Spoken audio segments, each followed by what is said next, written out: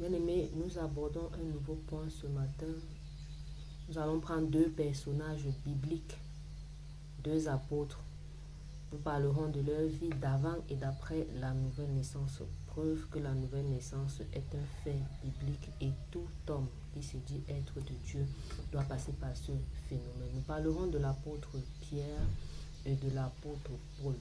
Nous allons prendre quelques événements de leur vie avant qu'ils ne soient nés de nouveau et quelques événements de leur vie après qu'ils soient nés de nouveau. Nous prenons le cas de l'apôtre Paul par exemple, qui était un persécuteur des chrétiens. Il pensait faire selon la volonté de Dieu alors qu'il était dans l'erreur. Lui-même il a dit.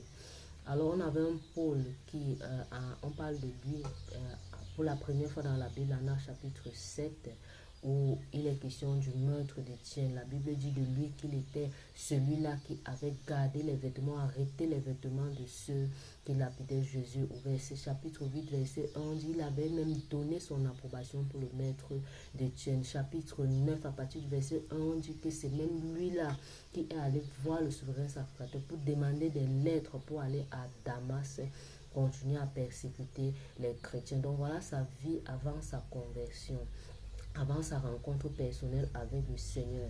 Il quitte de Jérusalem pour Damas avec pour mission d'aller attraper les chrétiens et les jeter en prison. Mais lorsqu'il rencontre le Seigneur Jésus sur le chemin de Damas, sa mission change. Il sort de Jérusalem avec une mission, mais il entre à Damas avec une autre mission. Pourquoi? Parce que sur le chemin de Damas, il a fait sa rencontre personnelle avec le Seigneur.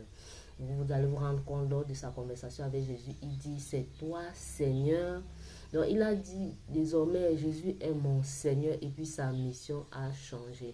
Il entre dans Damas avec une nouvelle mission qui étonne et qui épate tout le monde. Donc on avait un Saul avant, qui est devenu Paul, selon le nom que Dieu lui a donné, son nom de la conversion.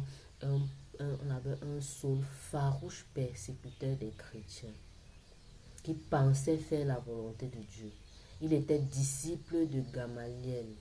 Gamaliel qui était le docteur de la loi, donc par conséquent, Paul était en train de se faire former pour devenir un bon docteur, du moins il était un bon docteur de la loi. On va par exemple voir comment il cite la loi dans ses épîtres. Donc il maîtrisait vraiment la loi et il faisait tout son possible pour que tout homme qui était de nature juive puisse mettre en pratique cette loi, quitte à aller jusqu'à persécuter.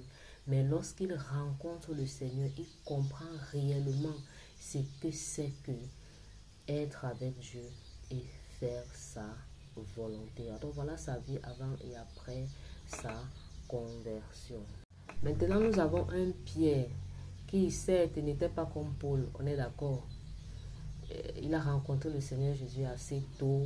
Il a passé 3 ans et demi avec le Seigneur. Mais à cause du fait que le Seigneur n'avait pas encore été glorifié, il n'était pas converti. Parce que ce n'était pas encore possible, ce n'était pas encore le moment. Mais il a vécu avec Jésus. Mais il vivait avec ses émotions. Il prenait ses décisions avec ses émotions. Et il ne pouvait mettre en pratique les décisions qu'il avait prises sur le coup de l'émotion parce qu'il n'en avait pas encore la capacité. Il a dit à Jésus, Seigneur, je ne peux te régner. Même s'il fallait mourir, je vais mourir avec toi. Mais quand le moment de régner Jésus est arrivé, il a régné Jésus par 3 fois. Mais dès lors que Pierre est devenu enfant de Dieu, Jean 20, 22, et qu'il a reçu le Saint-Esprit, parce que la Bible appelle le baptême du Saint-Esprit, acte 2, verset 1 à 4, il est devenu ce courageux qui pouvait se laisser fouetter et être content au nom de Jésus. Ce courageux qui pouvait se tenir devant tout le monde entier, parce qu'à la Pentecôte, tout le monde était là, tout le monde entier. Il pouvait se tenir devant tout le monde entier et parler de Jésus. Et il a pu convertir, conduit par le Saint-Esprit, 3000 personnes en un même jour. Donc voilà la vie de ces deux apôtres avant et après leur nouvelle naissance. Donc la nouvelle naissance est un fait réel qui concerne tout être humain qui se dit être de Dieu. Alléluia. Nous allons conclure.